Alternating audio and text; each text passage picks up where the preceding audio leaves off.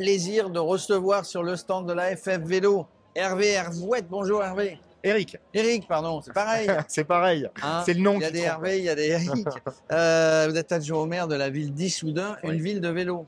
Oui, oui, une ville de vélo qui a un riche passé avec aussi des sportifs de très haut niveau qui ont fait briller la ville, comme Kevin Siro qui a été 2 fois double médaillé d'argent aux Jeux Olympiques, recordman du monde du 200 mètres. Et puis on a aussi un cycliste professionnel, Morgane Lamoisson, qui a été coureur cycliste chez Europcar. Donc ville sportive, ville de vélo. Alors, juste après, on passe au label que vous avez reçu là.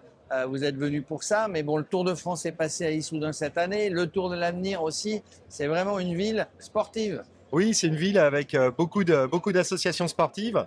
On a un terreau sportif très très riche, 30 associations sportives à Issoudun. C'est une ville d'un petit peu moins de 12 000 habitants, avec plein de disciplines représentées.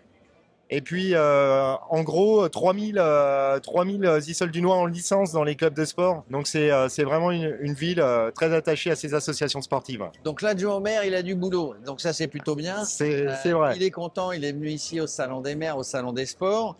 Vous venez de recevoir le label Territoire Vélo. C'est important.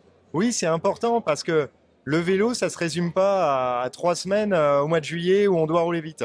Le vélo, c'est tous les jours, c'est dans les déplacements du quotidien, c'est pour aller à l'école, c'est pour se rendre au travail, c'est pour participer à des loisirs en famille, pour avoir une activité un petit peu plus sportive aussi, pour les plus aguerris. Et le label Territoire Vélo permet d'unifier tout ça. Et en plus, ce qui est intéressant, c'est qu'on le fait à l'échelle. Justement, nous, c'est le pays d'Issoudun, à l'échelle d'un territoire. Communauté de communes, ouais. Alors même au-delà, c'est en région Centre-Val de l'Orne, on a ce qu'on appelle des pays, c'est encore un petit peu plus grand, donc ça représente 42 communes dans la Champagne-Berrichonne. On avait 2 clubs sur ce territoire, le club de Vatan, le club d'Issoudun. Donc on a participé à la candidature pour obtenir ce label avec ces 2 clubs porteurs. Et on est ravis parce qu'en plus, ça nous donne une feuille de route. Ça nous a amené aussi à réfléchir sur ce qui était déjà existant, comment on pouvait l'améliorer et le développer. Alors, c'est important, hein, c'est important pour une commune ou pour une communauté de communes, mais ça part d'une décision politique, j'allais dire. C'est-à-dire qu'il faut investir déjà Oui. sur les chemins, sur les terrains, et il faut entretenir. Donc c'est pas anodin. C'est ça. Alors, nous, on avait un peu de retard, c'était sur les voies cyclables à l'intérieur de la ville. On est une ville médiévale, c'était pas facile d'aménager. Donc, on a travaillé avec un bureau d'études, on a travaillé aussi avec la FF Vélo qui est venue vraiment nous apporter son expertise. Et on a créé alors ce qu'on appelle des chaussées doux, des voies partagées. Donc, on a rajouté aussi de la voie cyclable. Maintenant, on a davantage le réflexe aussi d'intégrer les mobilités douces dans nos rénovations de rue. Enfin, voilà, C'est jamais simple dans une vieille ville, on va dire. c'est pas toujours évident. Et ce qui n'est pas simple aussi, puisque vous parlez d'intercommunalité, c'est la jonction entre toutes les villes. Après, dans chaque ville, on peut faire des choses, mais encore une fois, ça n'est pas simple de relier toutes ces villes. Voilà, c'est de connecter tout ça. Alors, on a créé plein de parcours, plus ou moins sportifs. Ça part de petites boucles urbaines à faire en famille, à des parcours beaucoup plus longs, qui approchent les 60, 70, 90 km. On a travaillé un petit peu en pétale autour de nos 2 pôles, de Vatan et d'Issoudun, avec des connexions entre certains parcours.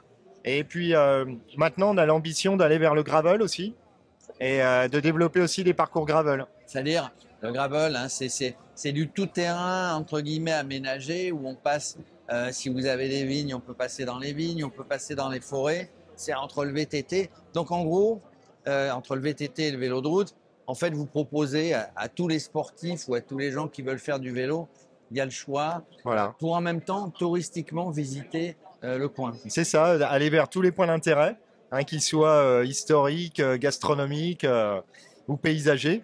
Et donc, c'est une réflexion aussi qu'on a sur son propre territoire, parce qu'à force, c'est un petit peu comme les Parisiens qui passent tous les jours devant la Tour Eiffel, ils finissent par plus la voir, et on finit par parfois oublier un petit peu, ou occulter un petit peu les pépites qu'on peut avoir sur son territoire, les richesses du territoire. Et le Tour de France, d'ailleurs, j'y reviens parce que ça en fait partie. Le Tour de France, c'est une course professionnelle, il y a beaucoup d'argent, mais c'est aussi, et ça ils le veulent, ASO, l'organisateur, c'est faire découvrir le territoire aux Français déjà, puis aux étrangers qui viennent.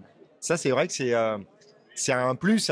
Quand il y a les images, les retransmissions du Tour de France, il y a une mise en valeur du patrimoine qui est très très importante. Et quand on sait que c'est c'est diffusé dans des tas de pays dans le monde entier. C'est évidemment une fenêtre ouverte vers le monde. Et oui, bah, toutes ces choses-là font que on est sensible à l'attention qui sont portées à nos territoires. Et en plus, à vélo, on a le temps de voir mieux les choses. Oui, non, mais c'est clair. Et les commerçants sont contents, et les élus sont contents parce qu'économiquement, finalement, on fait vivre un petit peu plus la ville. Euh, on ne trouve finalement que des points positifs. Ah ben, le vélo, je pense que c'est l'outil le plus moderne du XXIe siècle. Euh, on peut s'en servir pour se déplacer. C'est bon pour la santé, c'est convivial, on peut le pratiquer très longtemps. Voilà, moi j'y vois que des aspects Que des positifs. aspects positifs. Et pour revenir au Tour de France, hein, je fais le parallèle, je vais interviewer parfois Bernard Hinault, les grands champions, Bernard Thévenet. Je leur disais, mais comment vous êtes mis au vélo? Comment vous êtes devenu professionnel? Comment vous êtes devenu professionnel? Ben, tout simplement parce que j'allais à l'école Ouais. tous les matins avec Ouais. vous. Alors que ça soit en Bretagne, Bernard Thévenet, c'était dans le Charolais. Et il faisait déjà la course dans toutes les régions. pour arriver le premier à l'école. Pour arriver le premier. Voilà, donc le vélo. Félicitations, on continue. Peut-être qu'on vous revoit l'année prochaine avec une base VTT, on n'en sait rien. Mais avec- en tout cas, Avec grand plaisir en tout cas. Alors plus certainement autour du gravel, parce que la Champagne-Berrichonne n'est pas hyper propice. C'est pas l'endroit le plus fun pour le VTT. Hein, on a il n'y a pas trop un de relief dénivelé. qui est très doux. Ouais, ouais.